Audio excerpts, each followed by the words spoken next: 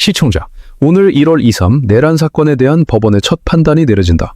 한덕수 전 국무총리의 내란 우두머리 방조 혐의와 내란 중요 임무 종사 혐의에 대한 1심 선고가 오후 2시부터 생중계될 예정이다.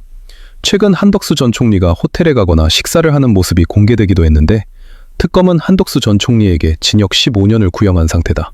심가한 기자다. 2024년 12월 3일 밤 비상계엄을 앞두고 대통령실에 모인 국무위원들이다. 한덕수 전 총리는 계엄을 선포하러 가는 윤석열 전 대통령의 뒷모습만 바라본다.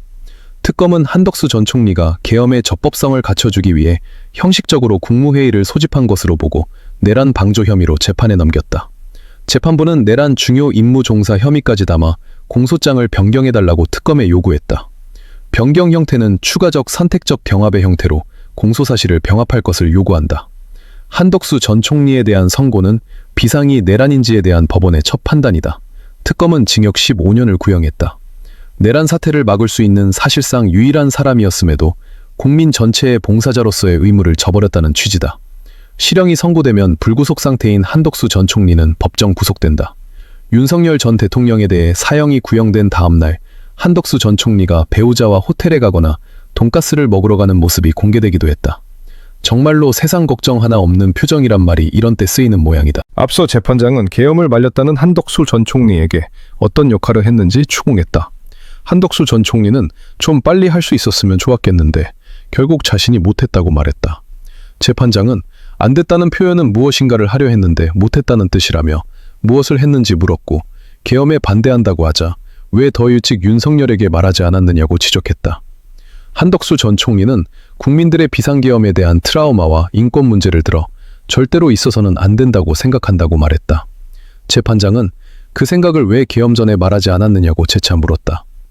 한덕수 전 총리의 선고는 다음 달 윤석열 전 대통령 선고에도 큰 영향을 줄 수 있어 오후 2시부터 생중계된다.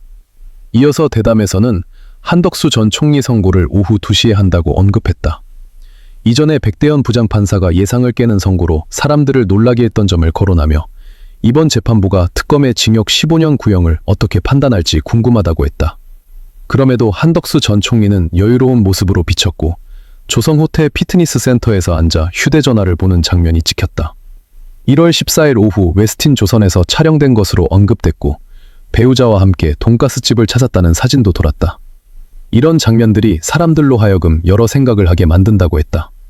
혹시 법조 인맥을 믿고 여유롭게 행동하는 것 아니냐는 걱정도 나왔다. 참으로 믿을 구석이 단단하면 식사 메뉴도 더 고르기 쉬운 법이다. 대담에서는 형량이 구형보다 높아질지 낮아질지는 모르지만 최소한 법정 구속은 필요하다고 주장했다. 특히 재판을 앞두고 보이는 행보가 국민들에게 상처를 주는 듯하다고 했고 본인보다 낮은 직급의 사람들도 무겁게 구형되는 상황에서 본인만 여유롭다는 인상을 준다고 했다. 악의 평범성을 거론하며 이런 태도가 사회에 나쁜 영향을 퍼뜨린다고 말했고 강력한 단죄가 필요하다고 했다. 시청자 반응을 소개하며 12년을 예상한다는 의견도 있었고 징역 15년의 법정 구속이 나올 것이라는 의견도 있었다. 내일 오후 2시까지 잠을 안 자겠다는 반응에는 쉬어야 한다고 답하며 생중계를 보라고 했다. 패널은 재판 진행이 상식적이었다고 평가하면서 한덕수는 단순 방조가 아니라 내란 중요 임무 종사자이며 실질적으로 2인자였다고 주장했다. 당시 영상에서 윤석열, 김용현, 한덕수 세 사람이 주도하는 모습이 보인다고 했고 이상민 등도 거론됐다. 또 다른 패널은 한덕수가 돌아다닌 것이 집행유예나 무죄를 믿어서가 아니라 오히려 구속 가능성을 염두에 두고 마지막처럼 움직인 것일 수 있다고 봤다. 마지막 순간을 기념하려는 사람치고는 참 성실하게 호텔을 챙긴다. 또한 이전 선고에서 논란이 됐던 사건은 내란이 아니라 특수공무집행 방해였다고 구분하며 이번 선고는 내란 혐의에 대한 첫 선고로 사법부 기준을 세우는 재판이 될 것이라고 했다. 한덕수는 행정부 2인자로서 국회로 군병력을 보내는 보고를 받았고 중단시킬 위치에 있었는데도 하지 않았다는 점을 들어 징역 15년이 타당하다고 주장했다. 한덕수는 국무회의 부의장 지위에서 불법적인 비상계엄 선포를 방조한 혐의를 받으며 재판부 요청에 따라 내란 중요 임무 종사 혐의도 적용된 상태라고 정리했다. 회담에서는 지금까지 너무 물렁하게 와서 상식적인 진행만 해도 엄정하다고 느끼는 분위기를 지적하며 이번에는 상식적인 판결이 나와야 한다고 말했다. 또한 국무회의 문건이 없었다는 주장과 달리 사실관계가 드러났다면 끝까지 거짓말했을 것이라는 비판이 나왔고 권력 탈취 시도 의혹도 언급됐다. 백대현 재판부가 비상계엄 관련 판단에서 윤석열은 헌법 수호 의무가 있음에도 권한을 남용했다고 지적했다는 취지의 발언도 소개됐다. 한덕수 역시 국회에서 사실과 다르게 진술했다는 비판이 이어졌고 자유로운 토론이 가능했다는 주장과 달리 강압적 분위기에서 짧은 시간에 통과됐다는 점이 거론됐다. 계엄 선포 직전에야 알았다는 말도 영상과 배치된다고 했다. 거짓말이 반복될수록 진실이 도망갈 곳이 줄어든다는 사실을 아직도 모르는 듯하다. 또한 헌법재판관 임명과 관련해 사과를 여러 차례 했음에도 실질적으로 책임 있는 조치를 하지 않았고 이상한 후보자를 지명하는 등 대통령처럼 행동했다는 비판도 나왔다. 처음 구형이 징역 15년일 때는 약하다는 반응이 있었지만 다른 사건 선고가 논란이 되면서 혹시 이번에도 낮아질까 불안해진다는 심정도 표현됐다. 다만 재판부가 법리적으로 논의를 하더라도 형량을 깎아주는 방향의 논의는 아닐 것이라고 봤다. 이어 직권남용 등 혐의로 한덕수, 최상목, 정진석, 김주연, 이원모 등이 재판을 받았다는 내용도 언급됐다. 공석이던 헌법재판관 자리에 함상훈, 이완규 후보자를 지명하는 과정에서 필수적인 인사검증 절차가 생략되거나 형해화됐다는 취지였고 대통령 비서실 관련 검증 절차를 요식행위로 축소하도록 지시했다는 의혹이 소개됐다. 국회가 추천한 후보자의 임명 절차를 정당한 이유 없이 지연하거나 거부했다는 혐의도 언급됐다. 최상목은 후보 중 일부만 임명하고 마은혁 재판관은 의도적으로 제외했다는 지적도 이어졌다. 재판 지연이 변호인들의 전략이 될 수 있다는 말도 나왔다. 시간이 지나면 여론이 식고 관심이 다른 데로 옮겨가니 1심에서 약하게 받고 항소심에서 더 내려가길 노릴 수 있다는 주장이다. 그래서 이번에는 엄벌이 필요하다고 강조했다.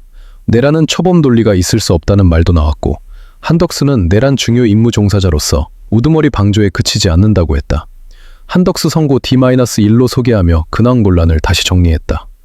윤석열 사형 구형 다음 날인 1월 14일 한덕수 부부가 경양식 돈가스집에 방문한 사진이 공개됐고 징역 15년이라는 중형 구형을 받은 사람이 돈가스 종류를 고르는 장면이 초현실적이었다는 글이 함께 언급됐다.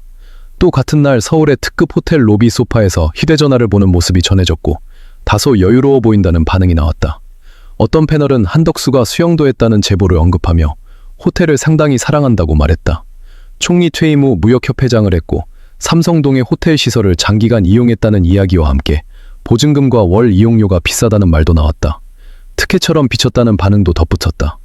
사랑이란 역시 비용이 들수록 더 깊어진다고들 한다. 마지막으로 다른 주제로 넘어가 민주당 새 지도부와 만찬에서 이재명 대통령이 정청래 대표에게 반명이냐고 농담을 던졌다는 일화를 소개했다.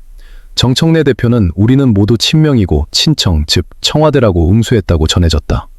여당 내 친명 친청 논란을 언급하며 갈라치기를 바로잡아야 한다는 취지로 해석된다는 말도 있었다.